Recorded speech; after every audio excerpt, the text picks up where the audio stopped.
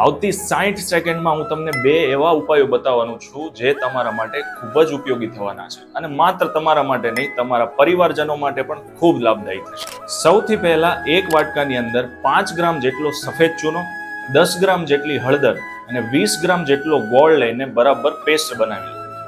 આ તમારા સાંધાના દુખાવાનો પરમ દુશ્મન છે. તમારામાંથી જે પણ કોઈ લોકોને વારંવાર સાંધાના દુખાવાની તકલીફ થતી હોય તેઓએ માત્ર આ પેસ્ટ 20 થી 30 મિનિટ માટે સાંધાના ભાગ પર લગાવવાનો છે.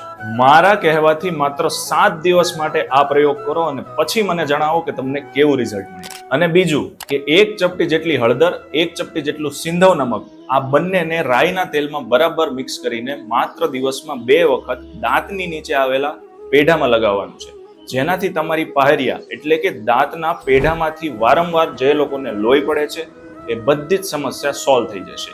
આ પેસ્ટના ઉપયોગથી તમારા દાંતના દુખાવા હોય કે દાંતમાં પડતા કૃમિ હોય અત્યંત લાભદાયી સાબિત થાય છે.